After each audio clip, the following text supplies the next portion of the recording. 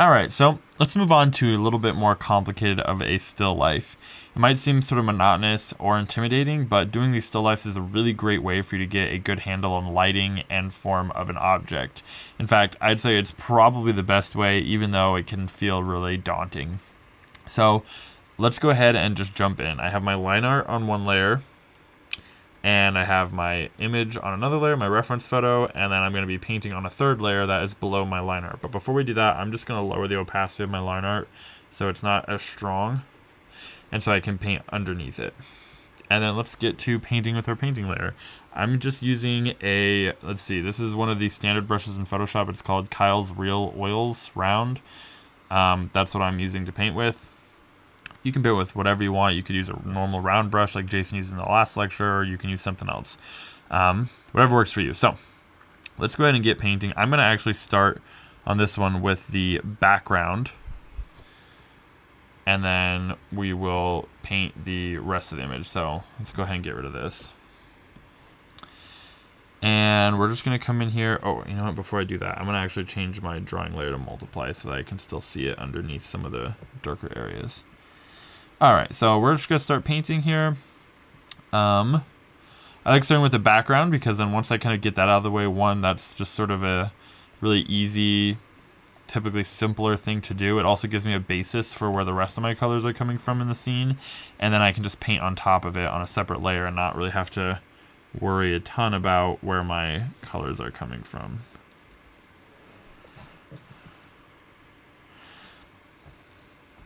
Move that a little bluer. And then something I'll probably do throughout this, let's actually move this down to the lowest layer, is go back and forth between what I'm painting over here and then what's actually over here on the other side so that I can practice getting an accurate color. Like that. So just going back and forth until I find the right one, maybe a little lighter. Cool. And like I usually do, we're going to start really loose and just block in large sections of color and then slowly work our way to more and more refined pieces.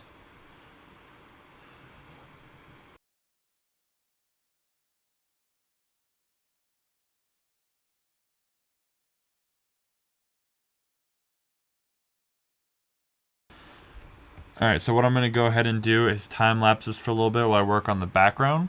I'll go ahead and jump back in if I have any notes or things I want to add, and then once I finish the background, we'll start talking about the actual skull part. So just go ahead, if you want to pause it at this point and paint along, you can do that.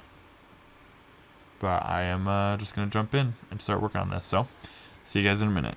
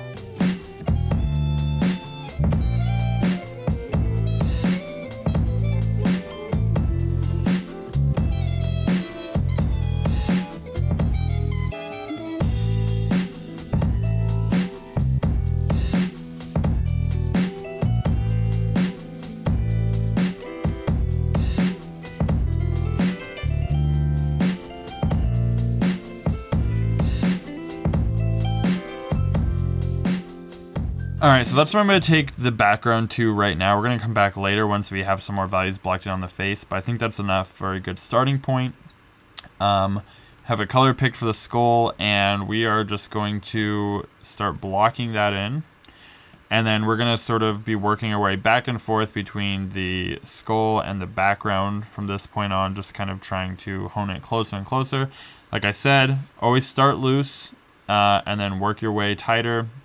It'll save you a lot of heartache, and it'll actually, I think, make the whole entire process go faster. So I will see you guys in a second.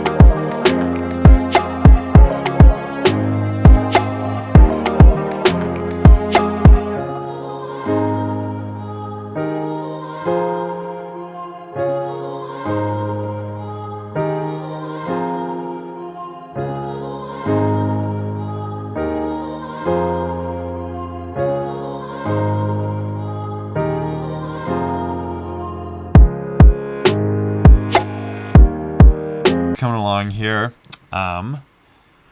we're getting a little bit further into the shadows as we kind of start to define it a little bit more. You can see how I've still been trying to keep it pretty loose. We don't want to start working on details till we get as far as we can, really. You can see I kind of started to do a little bit of details and I stopped because I realized I was getting too tight with my rendering. And so what I did was, and what I'm continuing to do now, is just looking at the big, huge overall shapes of this image and starting with that. And then slowly working on smaller and smaller shapes. So the big, huge, the holes, the eye sockets, stuff like that. Some of the spots where the nose, the cheekbone meets up with the rest of the face.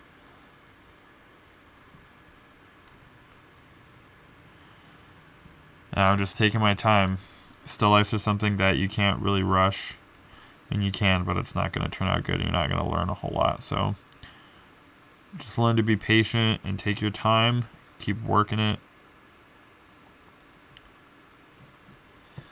As you get closer and closer to what it is you're trying to accomplish.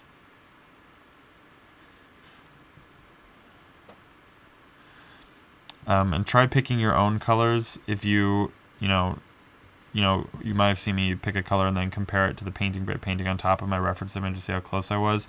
Totally go ahead and feel free to do that. I might color pick a few colors here and there to kind of speed things up a little bit since I'm recording this, but I mean, it's not the end of the world if you color pick either, but it does definitely help you get a little bit better at finding colors yourself if you don't. But we're going to go ahead and go back to time lapse here, and I'll see you guys in a minute.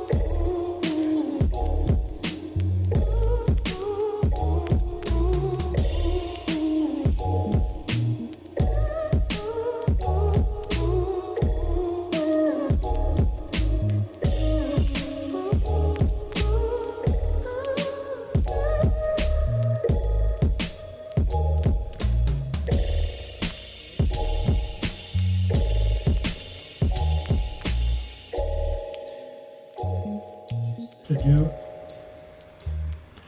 All right, so I think we're right about finished. I kept the background a little loose. Didn't, there's kind of these smudges and stuff in the reference photo, but I'm not going to worry about that. But yeah, let's go ahead. We can turn this reference layer off, and I'm going to I have my line art layer off as well. We're going to go ahead and blow up this whole page here, and we can look at this a little bit closer. So let me go ahead and crop this.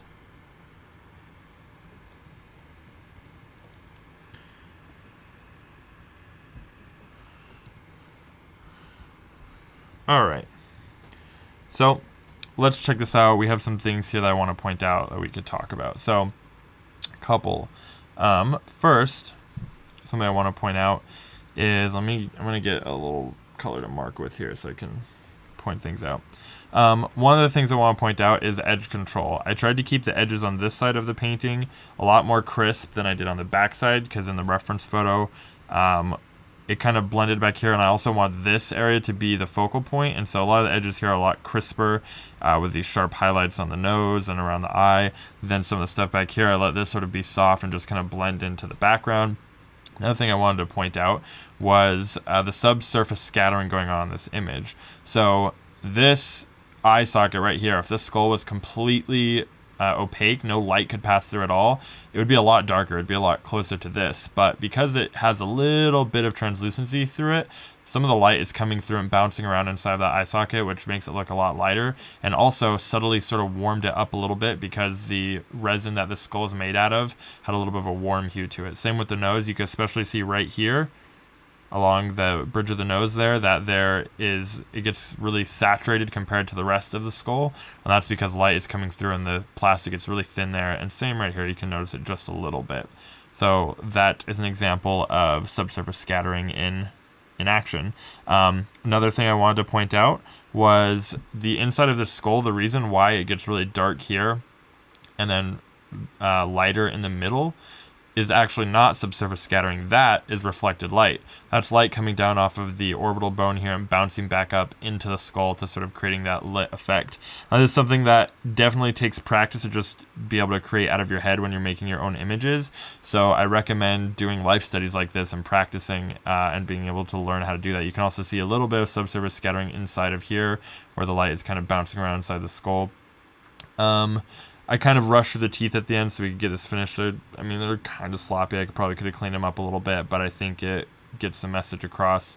Yeah, and then, like I said, the last thing I did was a little detail. So, these little cracks on the skull, things like that, these individual highlights to kind of help sell the final image. So that is it for this lecture, and I will see you guys in the next one.